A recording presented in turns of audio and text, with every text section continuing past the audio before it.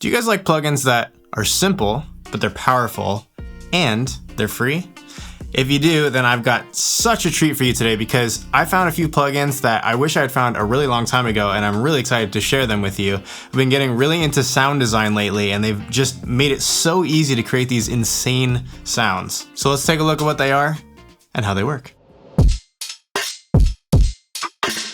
So these plugins are part of a bundle called the Spectral Suite, and it's from a gentleman named Andrew Riemann. So if you want to go to andrewriemann.com/spectral suite, and you can find all this stuff, or you can just Google it, of course. So what you want to do is go to Spectral Suite version 2.1.7, which is the latest one, and then just download for either Windows or Mac straight from there. What's really cool about these plugins is that they all process the frequency spectrum by dividing it up into these equally sized blocks and kind of rearranging them and gating them and doing all kinds of crazy stuff to get some really interesting and unique sounds. So let's take a look at one of these plugins. I'm going to pull open the bin Scrambler, and this is kind of what the GUI looks like on all of them. Is super ultra simple. I personally think that when you're messing around with this stuff, the best source sound you can use is like drums or like a real heavy synth sound, something that really spreads wide across the frequency spectrum so you can hear all of the different effects that you're getting from these plugins. So I'm going to pull open the spectrum here so we can kind of see what's going on in the frequency spectrum as we make a lot of these changes. It's pretty cool. So this is kind of what the drum loop sounds like.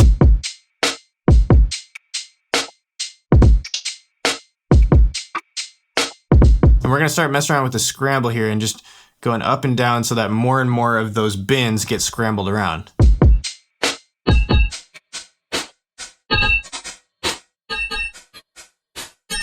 And now we're going to start to scatter those bins farther across the frequency spectrum. It starts to get pretty crazy here.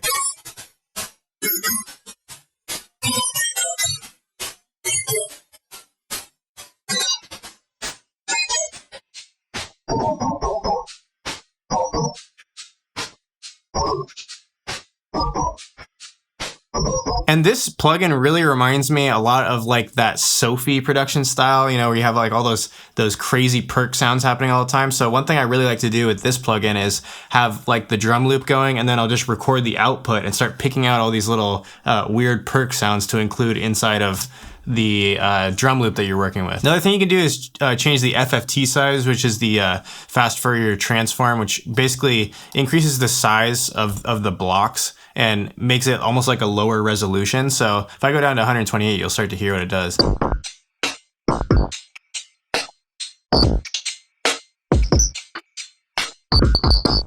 And so the higher you go, the higher the resolution is, and sort of the smoother all of those like artifacts sound. Sometimes you want it to be really gritty, but sometimes you kind of want it to be a lot smoother. So something like this would be really smooth.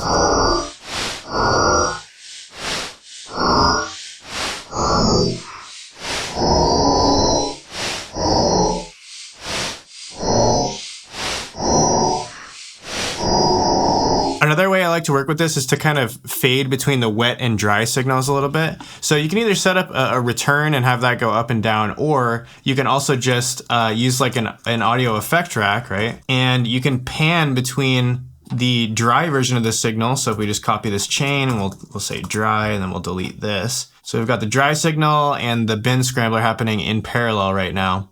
And if you open up this little chain area here, you can extend out these values, which is exactly where the knob is going to land on when you move the chain knob here, like this. I don't know if you can see that very well. So if I right click and we map this to macro 1, it's called the chain selector, and it goes up and down. And if we fade between all these values like this and just dragging that tiny little white bar on top, we can fade between the dry and the bin scrambler sound. So I'm going to mute our other audio track here.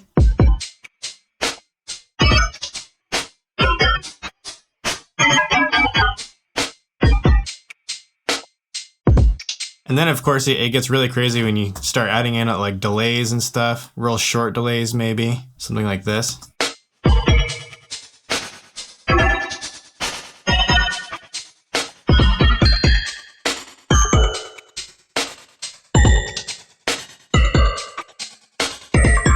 It almost starts to sound like super organic, like it's alive or something. I love it. Let's take a look at another one. This time we're going to use a synth, okay? So we're going to use this sound.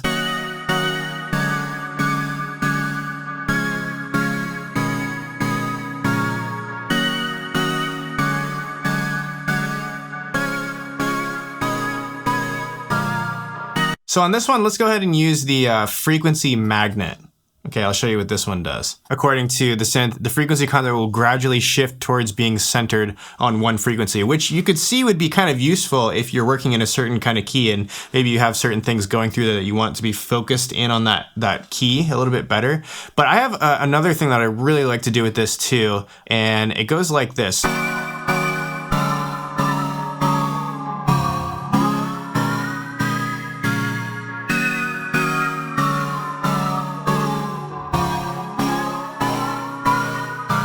And we can also change this slider as well, which is sort of like the depth. So it says like how much frequencies will be moved towards the target. So if we start at 1 and work our way backwards, you can hear that it gets much more intense.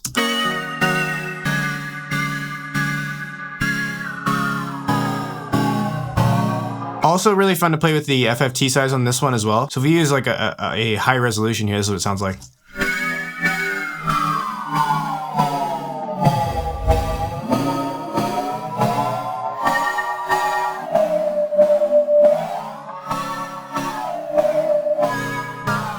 Now, obviously, we don't want to just sit here and like slide the slider on our own. It might be fun to use like an LFO for some of these sliders here. So if I open LFO here, which is a Max for Live device, you can map this LFO to any of the controls on basically any plugin you want. And you access that by just clicking this caret here, and any of the controls that you've actually moved will show up in this list here. So if I map it to something like the frequency, and we'll make it match the tempo here a little bit.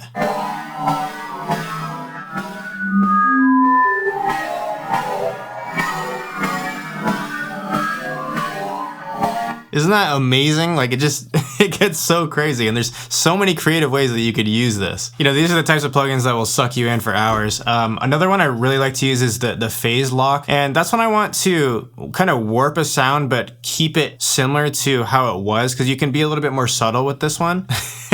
Don't you love these really simple descriptions of the plugin? Locks the phase and or locks the frequency, right? So check out what this does.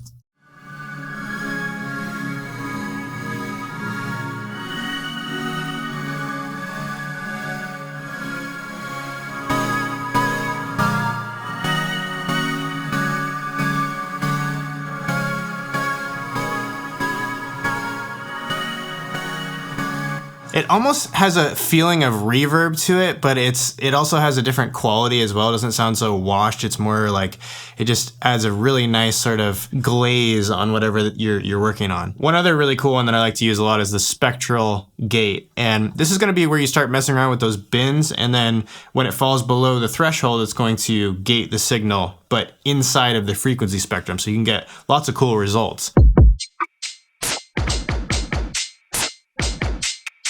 So what you kind of want to do is bring down the cutoff amplitude until it starts to work a little bit. And then I would change the strong and weak balance so that you can start biasing the processing towards either the stuff that is quieter or louder in the frequency spectrum, right?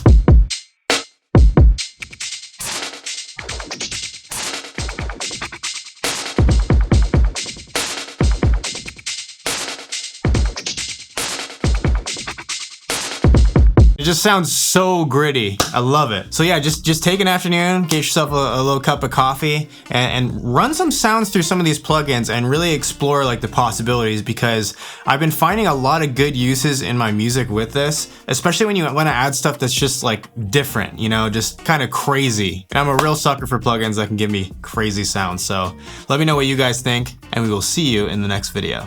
Take care. Peace.